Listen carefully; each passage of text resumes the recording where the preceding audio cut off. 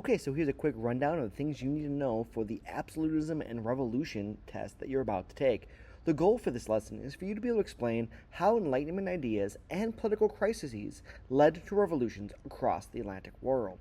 So here's the big story of Unit 10. Where we started out, Europe was divided up amongst governments based on absolute monarchy. That is, kings and queens that had complete control over everything, and they justified their power by something called the divine right of kings. That is, I am king because, well, I was born into the monarchy, and if God didn't want me to be king, I wouldn't have been born into the monarchy. So it's kind of a self-fulfilling prophecy, essentially, for why they're in charge and you're not.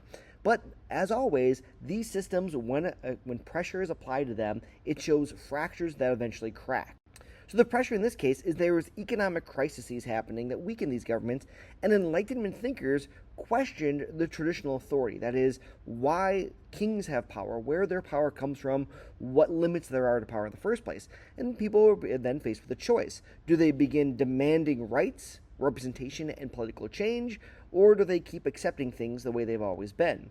The consequence to all of this was that revolutions broke out across the Atlantic world. That is, the Atlantic world being essentially the countries that border the Atlantic Ocean, obviously. So we're looking at France, we're looking at England, the United States becomes its independent country at this time. We're looking at Latin America, Haiti, these major places that basically took these ideas of the Enlightenment and used them to justify completely overthrowing and revamping their government systems. So the core conflict here is in the two government systems, absolutism versus limited government. The two cannot exist at the same time in the same place. Absolutism is when monarchs hold centralized power. That is, when kings have all the power in their hands to make the laws, to enforce the laws, and to judge when laws are broken and punish people for that. They justify their authority usually through divine right. That is saying, I'm in charge because God wants me in charge, and the fact that I'm in charge is proof God wants me in charge. A great example of this would be King Louis XIV, who was known as the Sun King of France. He was known for basically having absolute complete control even of the lives of his nobility, what they wore, how they interacted with each other, etiquette during dinner, had complete control over their lives. Now, limited government is obviously different from this. Limited government says that the government is not all powerful. It cannot do everything at once, and that the powers of government are limited by laws that the government itself must follow, and or representative institutions, that is, where people get to elect people to make decisions on their behalf. Now, an example of this is the conflict during the English Civil War, which ends in this unit with the Glorious Revolution, and eventually the American Revolution. You also need to know the connection between the scientific revolution and the Enlightenment at this period. The scientific revolution was basically this idea that knowledge is based on evidence and experimentation, not tradition, not religious beliefs, but essentially you only believe what's true based on what you can prove through experiments and evidence. Now, this led to scientists questioning a lot of traditional explanations about the natural world, how the world operates, why gravity exists, things like this, why the sun rises, the Earth's placement in the solar system and universe in general. Examples of this would be the discoveries of Galileo of Galilee and Isaac Newton himself. The result is that people began to question and using reason and evidence to the natural world, but then they also began applying reason and evidence to politics and government, and this is what led to revolutions. The key question here is, where should government authority come from? This is kind of the big thing that the Enlightenment thinkers were discussing and writing about and debating about. Again, in the absolute system, we've seen authority come from the idea that I'm king because I was born into the monarchy. I was born into it, right? God controls where your family you're born into, and because God chose me to be born into the royal family, that means God wants me to be king. Previous to that, it's, well, God wants me in charge, prove it, the Pope says so, okay. Well, the Enlightenment was challenging these ideas. Some of the important concepts you need to be aware of is John Locke's ideas of natural rights, that these are rights that we are born with, that according to Locke, God gave us at birth, and no one, not even the government, can take away from us. In fact, John Locke goes one step further and says that these rights must be protected by the government. That is the purpose of government, to protect the natural rights that we all have. Locke famously quoted as life, liberty, and property, and later we see that kind of get modified by Thomas Jefferson in the American Revolution to life, liberty, and pursuit of happiness. Other concepts you have to understand is that of the social contract. The social contract is this idea that government gets its power from the consent of the governed. This is an important phrase. It means government authority comes from us. Why is the government in charge? Why can the government force us to do things? It is because we have given it permission to tell us what to do. We've consented to it. Popular sovereignty is another important concept that comes up during the Enlightenment. This idea that political power ultimately comes from the people the government rules over. That is, the government is our tool, not our boss. We are in charge, not the government. So that's popular sovereignty, social contract, and natural rights. These are three very important concepts you need to understand about the Enlightenment for this assessment. This led to the American Revolution, the cause here being that colonists opposed taxation without representation. The King of England was charging them high taxes, but the colonists did not have a say in Parliament, right? The English Civil War resulted in nobility and Parliament having control over taxes. However, the king argued colonists are not in England, they're in the colonies, and therefore the English Bill of Rights does not apply to the colonists.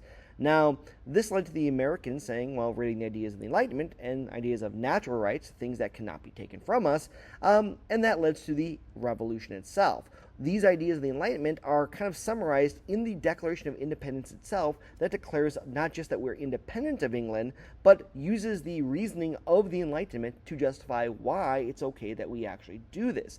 The impact here is that the American Revolution demonstrates that the Enlightenment, or the ideas of the Enlightenment, can be used to justify revolution and overthrowing of a government. This is brand new. I mean, after all, previously, if government power comes from God, then challenging the government is challenging God. But the American Revolution and the Enlightenment says, no, government power doesn't come from God. It comes from us. And if we freely give it to a government, that means we can freely take it back as well. Of course, the American Revolution helped inspire and push forward the French Revolution. There were a lot of structural problems in France. It was the most powerful empire in Europe at the time, but it had massive government debt from the nonstop wars it was fighting, including helping the Americans in our revolution.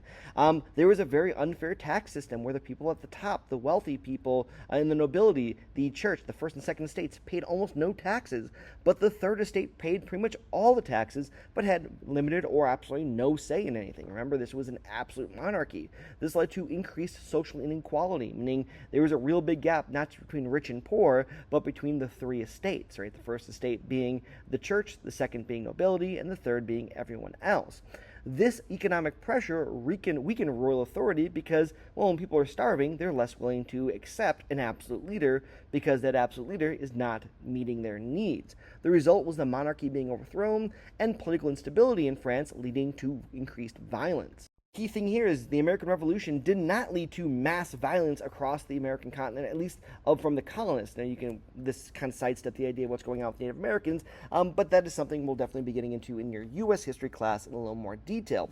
The French Revolution shows that these Enlightenment ideas can be used to justify overthrowing a government, but also be used for immense levels of violence, showing once again that we keep finding ways to justify the killing of other humans.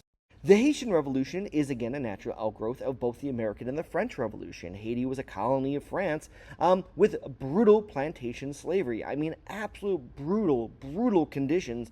The average lifespan of someone who was enslaved and arrives on the island was about 3 years. Now, the French Revolution weakened colonial authority because the French monarchy was, well, overthrown. There's chaos in France.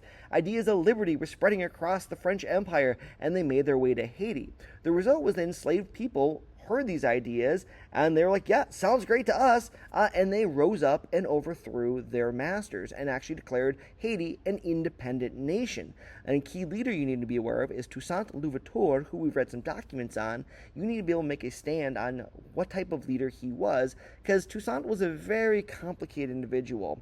So make sure you're aware, go back to those documents, and make sure you can take a stand on what kind of guy, what kind of leader Toussaint was. The last revolutions we looked at were the Latin American revolutions. So these were the Spanish colonies in South and Central America as well as Mexico.